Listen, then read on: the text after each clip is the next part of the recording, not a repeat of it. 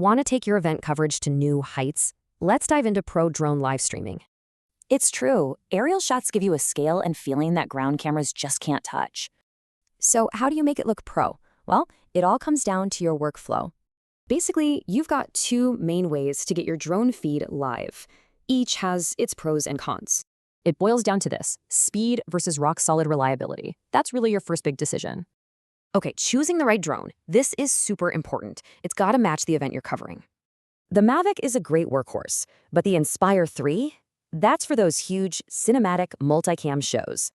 Okay, this is huge. You absolutely have to lock in your camera settings before you even take off. Seriously, stay away from auto. Manual control stops those weird mid-air changes that can kill a broadcast. And ND filters? They're your secret weapon for that smooth motion, not that choppy, jittery footage.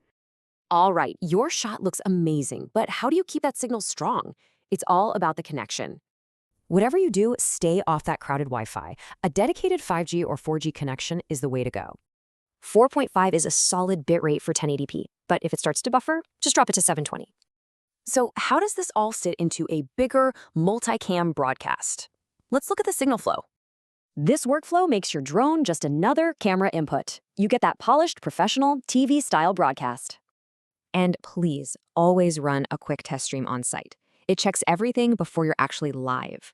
You know, the big takeaway is this: a stable connection and a good workflow matter more than the drone. So think about the story you're telling with that amazing aerial shot. Thanks for checking this out.